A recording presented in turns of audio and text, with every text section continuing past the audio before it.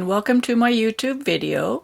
In this video I'm going to demonstrate how to work a raglan sweater using Ann Budd's book Top-Down Sweaters.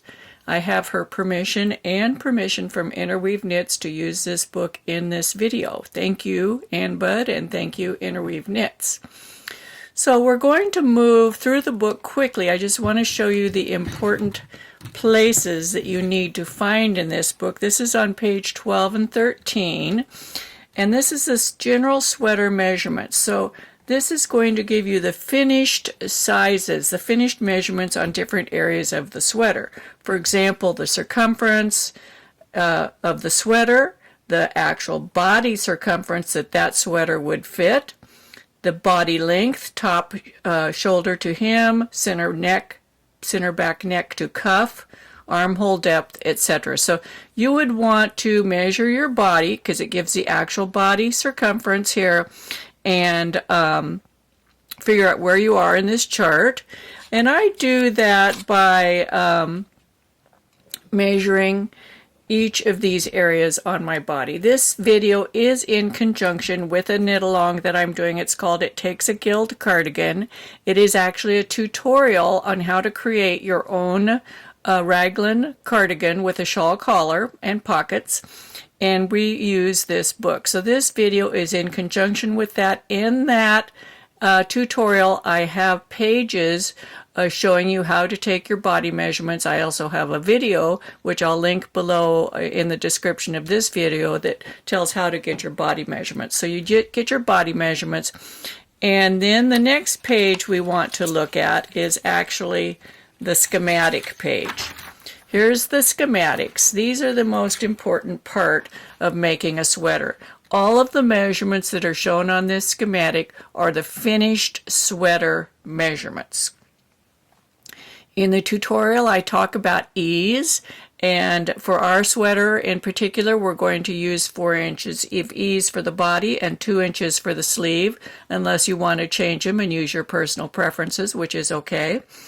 So here you can see, I'm going to zoom in a little bit here.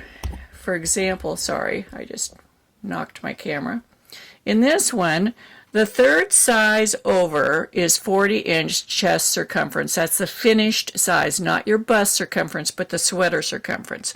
And the third size over for the arm, the upper arm, is 14.5, etc. So you would find your chest circumference size and match up with the other body parts. I start basically with the sleeve and the front because those are the two most important circumferences.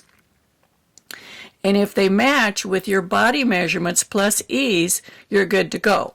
But if they don't match, in the tutorial I show you how to make the adjustments between, for example, a 40-inch circumference body sweater and, let's say, a 15-inch sleeve, which is larger than the 14.25, or a 15 3/4 circumference sleeve. How do you mesh those two together? I show you how to do that in the tutorial.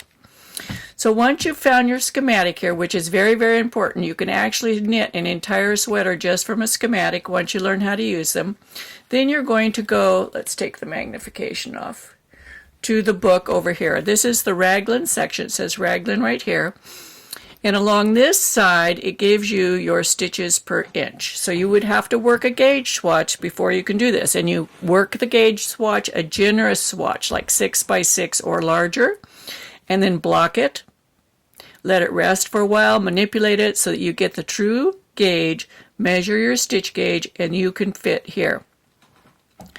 And then it'll tell you how much yarn you need. So let's say I'm doing the 40-inch circumference chest and I have 7 stitches to the inch. I need 880 yards of yarn to work this sweater. I always get extra for swatching, and in this case I'm going to be adding a shawl collar and pockets, so I'm adding an extra skein for that. Now we're just going to go through the standard first, and then I'll come back and show you what to do in case your stitch gauge does not fall on one of these numbers. For example, if you have 6.5 stitches per inch or 5.5 stitches per inch, I'll show you how to do those calculations. So then it goes, those are the yarn requirements, and then it comes down to your cast on. With circular needle for the 47 needles, I would cast on 66 stitches.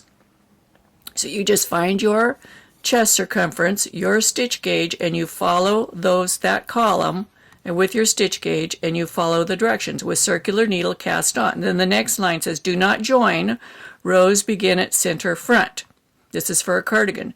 Set up row with wrong side facing, purl 1 row, and at the same time place markers after the first stitch to denote the right front, then place an additional marker after the following stitches to denote the right sleeve. In my case, that's 8 stitches. Then we turn the page and we continue over here, then place an additional marker after the following stitches. For mine it's 48. That's for the back of the sweater. And then we place another marker after 8 stitches for the other sleeve, and there'll be 1 stitch left for the front. Now, since we're going to do a V-neck, it tells us right down here, choose crew neck below or V-neck, see page 80. So that tells us we can skip straight to page 80. This is 76. So we're going to skip straight over to page 80, and we'll be able to start our V-neck style here. And then it starts talking about the raglan increases that you're going to be making, and it tells you how often to make them and how many to make. Then over here it says at the same time.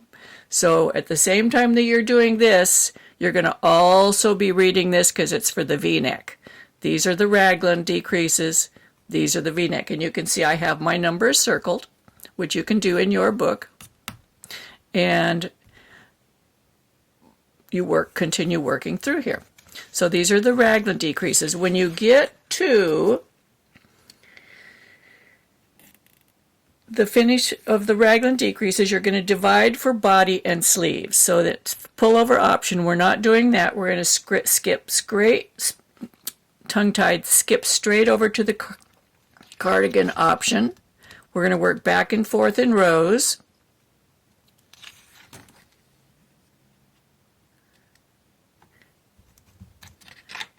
Right here, cardigan option, with right side facing, removing markers when you come to them, work across the following number of stitches. 63, that's how many I will have on the front of my sweater.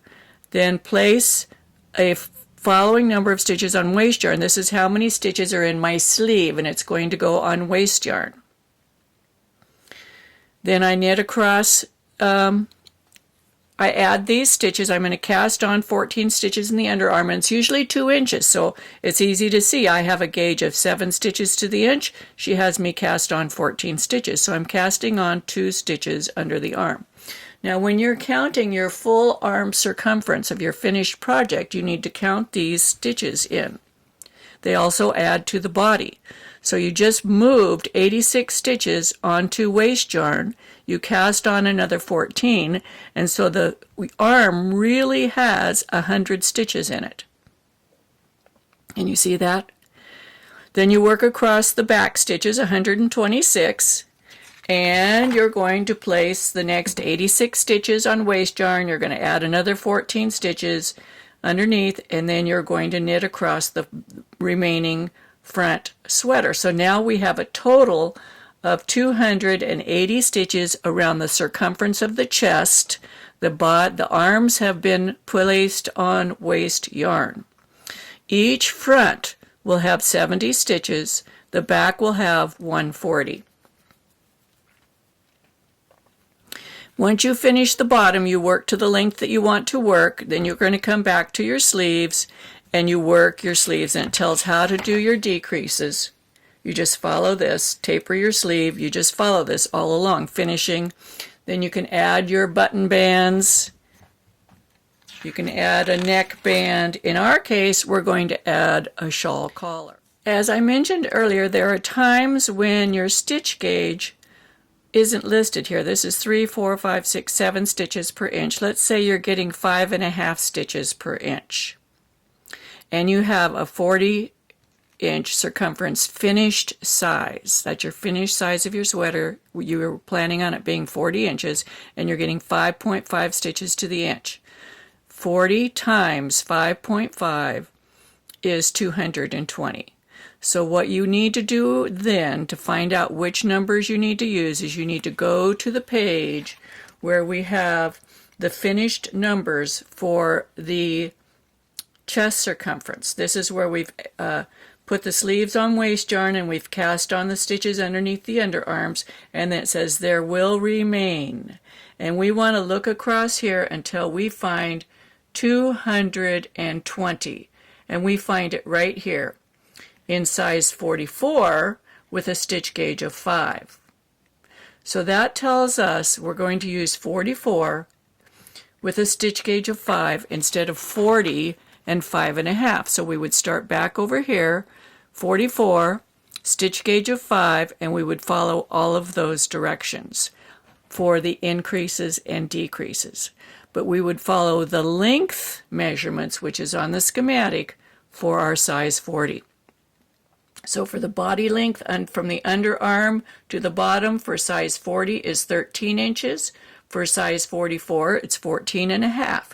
So we would knit the length for 13 inches. The same applies if your numbers aren't on here. Let's say your chest circumference is larger than 54 inches. Let's say you want to make your chest circumference 60 inches. And you know that your stitch count is 5. 5 times 60 is 300. So we would do the same thing. We would look over here on this chart until we found 300. There is 300, and it turns out that it's with a stitch gauge of 6 and a body chest circumference, finished chest circumference of 50. So we would go back to the beginning, and we would use the 50 and the 6 as our guide for all of our increases and decreases. Those are the most difficult areas for people to get, and I hope that helps you understand that. So this is just a quick overall view of Ann Budd's book. I love this book. The Knitter's Handy Book of Top-Down Sweaters. I hope you enjoyed this video. I hope it helps you knit your sweater.